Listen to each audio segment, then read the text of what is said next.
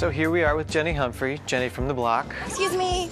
You may remember last season, Jenny was kind of a rebellious punk rocker chick inspired, kind of nod to Cherry Curry, where she was, rebelling against everything that was parental and everything that was Upper East Side. I hope you're proud of yourself. You know what I am? Towards the end of the season, we see Jenny Humphrey becoming this Jenny that we're going to be seeing in season 3, where she's becoming true to herself. It's kind of a cross between the Brooklyn and the Upper East Side girl. It's a little Serena van der Woodsen sprinkle, and there's a little original Jenny Humphrey that was a nod to Pretty in Pink back in the day. So we find Jenny in the Hamptons, lounging by the pool, wearing a beautiful Missoni cover-up. It's not necessarily the Jenny that we know from before. No, I'm not leaving. She'll always love black and she'll always love gray, and I think that's part of who she is. But I wanted to find something that kind of combined the Upper East Side world with the colors and with the idea of a Missoni piece. But the black fringe takes me back to the rock and roll world, so it kind of embodies everything that Jenny Humphrey has become.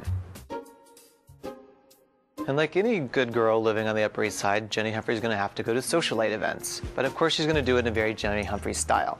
Last year I had to go to the white party as your date in a dress that I made myself. As you may have noticed, her allowance is a little bigger since she's living at the van der Woodsens. She's able to afford a beautiful dress like this. That is kind of the Upper East Side staple, the patio dress, the big summer thing. It's been the big summer thing for the past year or so, and they're still everywhere on the Upper East Side.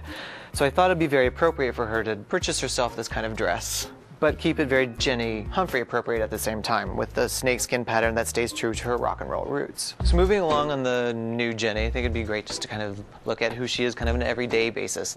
Before she was wearing lots of vintage clothes and like torn up jeans and paint splattered t-shirts.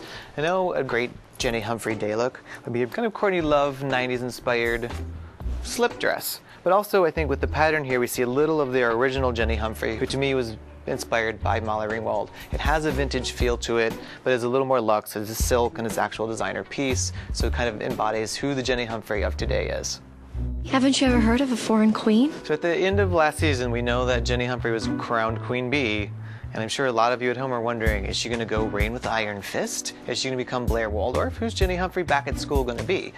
This cycle of abuse must be broken. For me, it's important to consider that Jenny Humphrey kind of has become her own person, and I think she's going to stay true to herself, and her wardrobe will embody that. She's definitely not wearing any headbands.